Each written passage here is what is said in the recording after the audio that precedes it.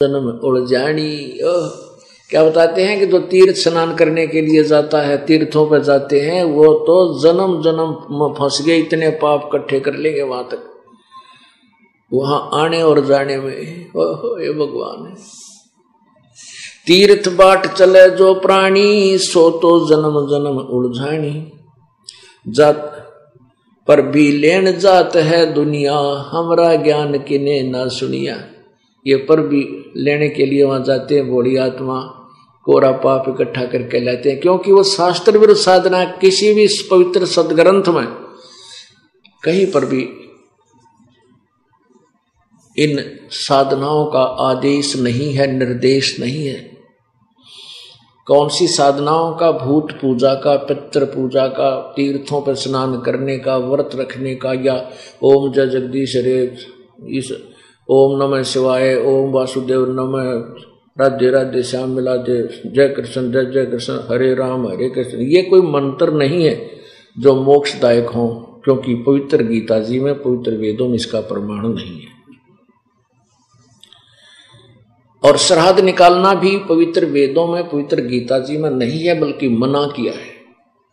गीता जी अध्याय नंबर 9 के श्लोक 25 में स्पष्ट किया है कि जो भूत पूजते हैं वो भूत बनेंगे, पितर पूजते हैं वो पितर बनेंगे, और देवताओं की पूजा करते हैं वो देवताओं को प्राप्त होंगे, उन देवताओं के लोक में चले जाएंगे, और फिर तुरंत ही अपने पुण्यों को समाप्त करके वापस मृत लोक में जन्म मृत्यु के चक्कर में गिर जाते हैं। देखिए पवित्र श्रीमद् भगवद गीता जी अध्याय नंबर 9 का श्लोक 25,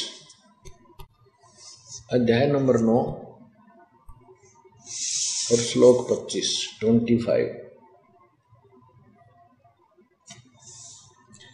देवताओं को पूजने वाले देवताओं को प्राप्त होते हैं, पितरों को पूजने वाले पितरों को प्राप्त होते हैं, भूतों को पूजने वाले भूतों को प्राप्त होते हैं, और मेरा पूजन करने वाले भक्त मुझे ही प्राप्त होते हैं। अब पितर जो पूजा होती है वो श्राद्ध निकालना, और पितर पूजकर पितर ही बन जाते हैं, भूत पूजकर भूत ही की योनि प्राप्त करते हैं। तो हम क्यों श्राद्ध निकालते रहे, क्यों पितर पूजते रहे? क्योंकि हमें तत्व ज्ञान नहीं था, और आप भी पितर बन गए, और फिर अपने बच्चों को भी पितर बना लिया कि मेरे श्राद्ध निकालो। क्यों? वो भूत बनकर दिखा किसी ने सपने में, किसी को कीता है, तो वो अपने बच्चे भी भूत बना लिए। एक छोटा सा प्रमाण देते हैं पुण्यात्माओं, ये सत्संग है, ये वो अमृत ज्ञान है जिसको अत्यधिक सुनने से आपके समझ में होगा। अब पहले तो ये प्रसंग आपको दिखाते हैं कि श्राद्ध नहीं निकालने चाहिए, गीता जी मना किया, स्पष्ट हो गया। अब पवित्र मार्कंडेय पुराण आपको दिखाते हैं, जिसमें एक रुचि नाम का ऋषि वेदों को समझ करके, वेदों में लिखा केवल एक भगवान की साधना करे, उसकी प्राप्ति, और देवता और अन्य उपासना भूत पितृ पूजा नहीं करनी चाहिए। ये सोच, ये इस आधार से वो साधना अपनी भक्ति कर रहा था।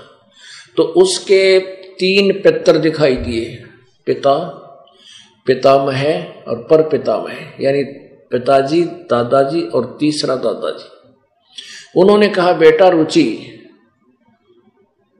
तू हमारे श्राद्ध क्यों नहीं निकालता? तूने शादी क्यों नहीं की? शादी करा ले। वो 40 वर्ष की उम्र का हो गया था, विवाह नहीं कराया था। तो उन्होंने कहा, बेटा तो विवाह करा, और विवाह करा के फिर हम